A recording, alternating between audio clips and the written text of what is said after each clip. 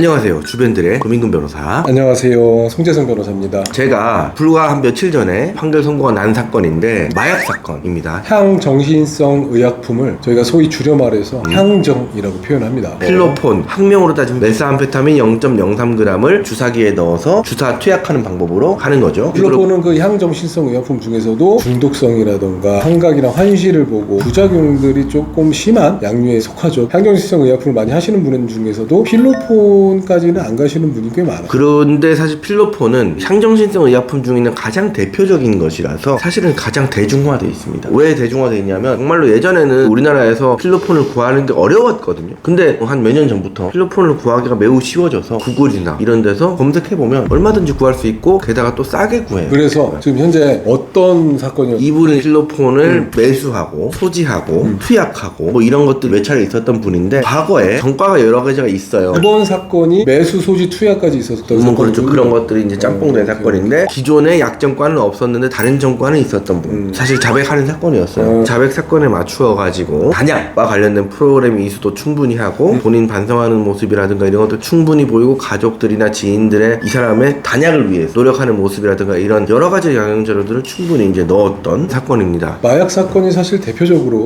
인정이 되거나 자백을 했을 때의 정상관계 자료를 정말 잘 챙겨가지고 배출해서 드라마틱한 편처를 받을 수 있는 사건 중에 대표적인 사건이 아닌가라는 생각이 들어요. 최근에 유사한 사건 중 유아인 씨 같은 경우에는 결과적으로 항소심에서 징역 1년에 집행유예 2년으로 해가지고 석방이 되셨어요. 1심에서 사실 법정 구속이 됐었기 맞아요. 때문에 이분 같은 경우는 들어갔다가 나왔죠. 유아인 씨도 사실은 전과가 없었죠. 약정과나 이런 것도 전혀 없었는데 투약도 많이 하셨고 공유도 많았고 대마, 케타민 그렇죠. 해가지고 총 4종류를 투약하신 게 인정됐다고 그렇죠. 제가 언론에서 봤는데 죄질이 안 좋죠. 그러니까 1심에서 판사가 봤을 때는 실형을 선고할 만하지 않았나라는 스토리는 그렇게 구성이 되는 거예요. 아마 그래서 1심에서는 실형을 선고하며 법정 구속을 했던 것 같고 다만 어느 정도 살았잖아요. 그러다 보니까 항소심에 올라와서는 당연히 본인이 그 배우로서 다시 재개를 해가지고 열심히 살겠다는 의지도 보이고 양형자료나 이런 것들 또 빡세게 집어넣었겠습니까? 한 번 정도 더 기회를 줄 수 있겠다라고 해가지고 들어갔던 사람을 빼준 거고. 그런데 어쨌든 간에 항소심에서 집행유예를 받았을지언정 1심에서는 1년의 실형을 선고받았고요. 실제로 법정 구속돼서 적어도 몇 개월은 살았습니다. 조민근 변호사님께서 진행했던 지금 이 사건 같은 경우에도 뭐 법정 구속돼서 실형 살았다고 지금 말씀하시는 거예요? 아니에요. 저는 원래부터 바깥에 있었고 그 다음에도 들어가지 않았어요. 결과적으로 그 형의 선고는 이것도 징역 1년의 집행유예가 2년이었어요. 그런데 이 사건에서 좀 특이한 점이 뭐냐면 아무래도 요즘에 약사건들이 많고 하다 보니까 검찰이 구형이 3년이었어. 우리 의뢰인이 구형을 듣고 깜짝 놀란 거야. 구형을 듣고 여기서 막간을 이용해서 네. 의뢰인이 깜짝 놀라는 게 좋을까요? 아니면 편안하게 그러려니 하는 게 좋을까요? 일단 있지만은 일단 있습니다. 본인의 사건을 나이스하게 처리하기 위해서는 깜짝 놀라는 편이 차라리 낫죠. 왜냐면 깜짝 놀랐다는 건 뭐냐?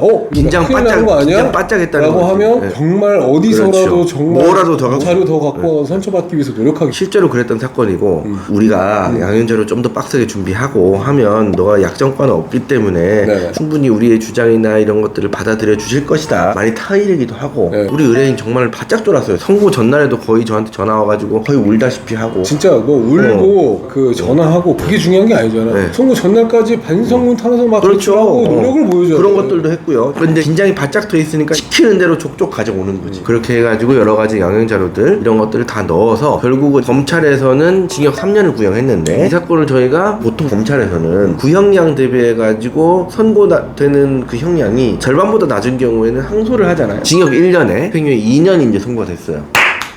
네.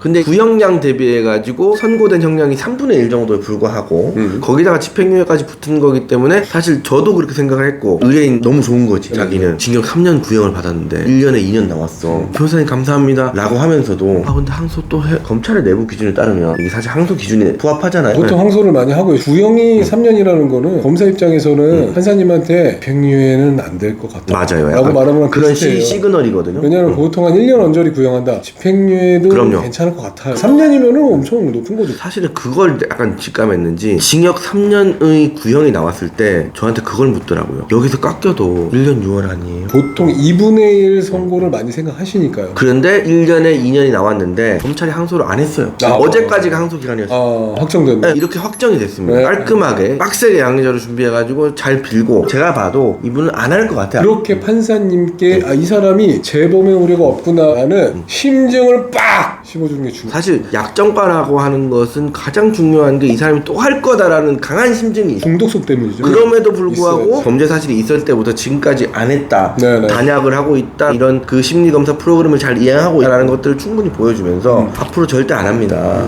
라는 것들을 얼마나 효과적으로 재판부에게 잘 이해시키느냐, 마약 사건의 핵심이라고 보이겠습니다. 그럼 이게 생각보다 마약 사건이 저희가 영상을 올리면은 조회수가 잘 안 나와요. 근데 생각보다 우리 주변에 한번 호기심을 해본 사람들이 많고 또 그것 때문에 적발된 사람들도 꽤 많습니다. 그런데 그런 사람들이 정말 안 좋은 생각을 하고 혼자 끙끙 앓다가 스트레스 받고 술 마시고 이런 거보다는 빨리 양지로 나오셔가지고 또 변호사 상담도 받고 또 선처도 받고 다음부터 단약해가지고 중독의 길로 안 빠지고 해야 되니까 이 영상 보시는 분들께서는 좀 널리 알려주셔가지고 혼자 끙끙 앓고 힘들어하시는 분들이 조금이나마 도움을 받을 수 있도록 했으면 좋겠습니다. 네, 귀가 막히게 말씀하시네. 아 오늘 막 혓바닥이 풀렸네. 오늘 차 여기까지 하고 구독과 좋아요 눌러주세요.